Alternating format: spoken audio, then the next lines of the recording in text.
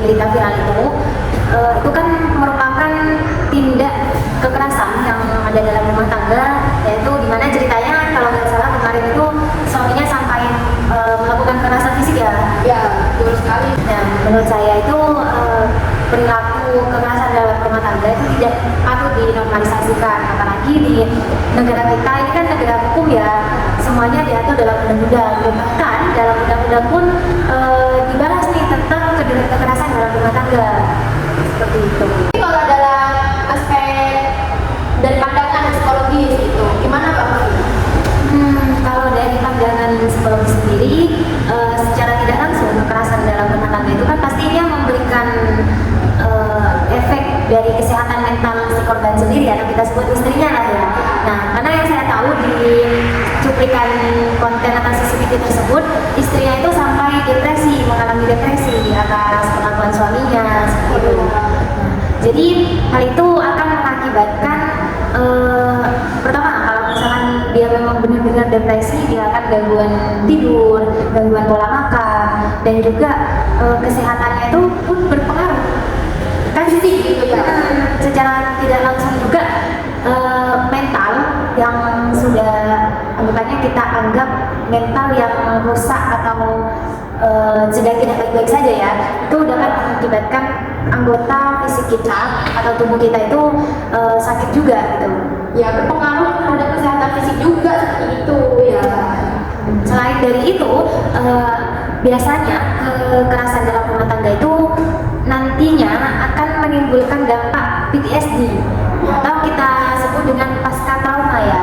Nah, di mana di sini si korban atau istri dia itu pasti memiliki trauma yang berat terhadap suaminya atas perlakuan tadi seperti itu, menurut dari pandangan psikologisnya ya.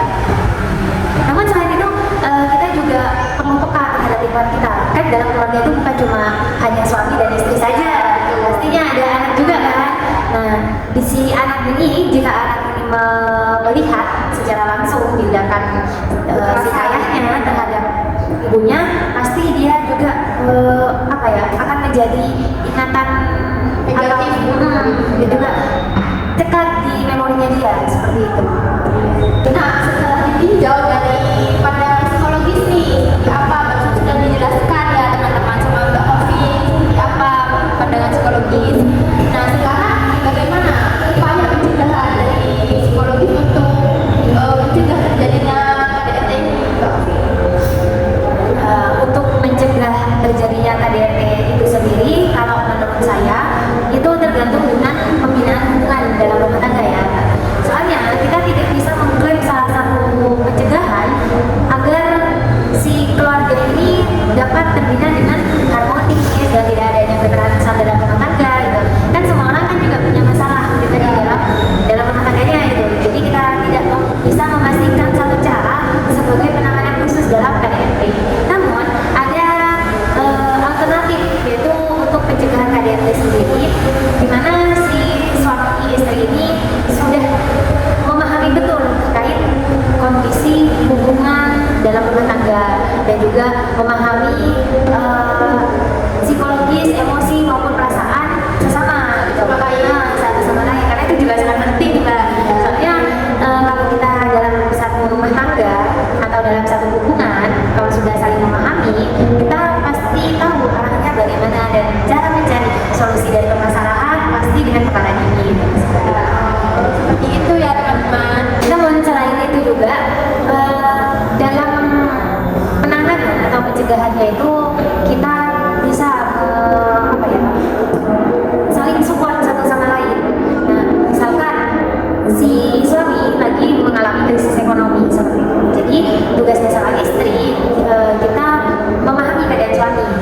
Namun sebaliknya, suami ketika istri misalkan keuangan di kebutuhan rumah tangganya sudah habis gitu, nah, ya berusaha ngomong untuk baik-baik gitu agar tidak adanya kekerasan dalam rumah tangga seperti itu. Iya. Nah, banyak kali ini lagi Mbak Ovi. Kan kalau misalnya sudah ada berita nih satu keluarga yang KDRT seperti itu, dan pandangan masyarakat sudah tidak baik, negatif terhadap keluarga tersebut dan memandang sebelah mata. Dalam psikologisnya ini seperti apa? Oke, baik.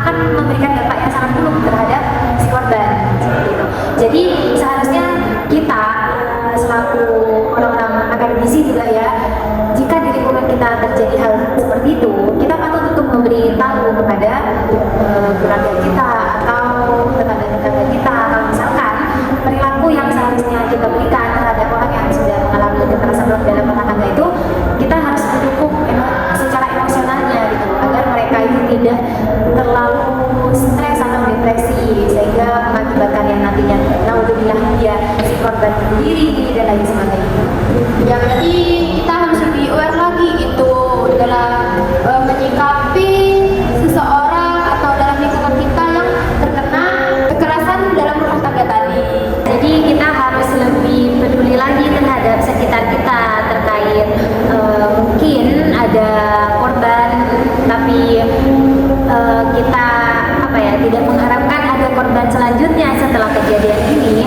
Namun perlu kita perhatikan ya teman-teman, bahwa ketika kita menemui suatu korban yang mengalami depresi dan lain sebagainya, kita harus mendukung mereka dari segi emosionalnya. Kita tidak boleh menjudge mereka atas tindakan-tindakan yang mereka alami, karena hal itu sangat berdampak buruk atau Seperti itu ya teman-teman bincang-bincang kita kali ini.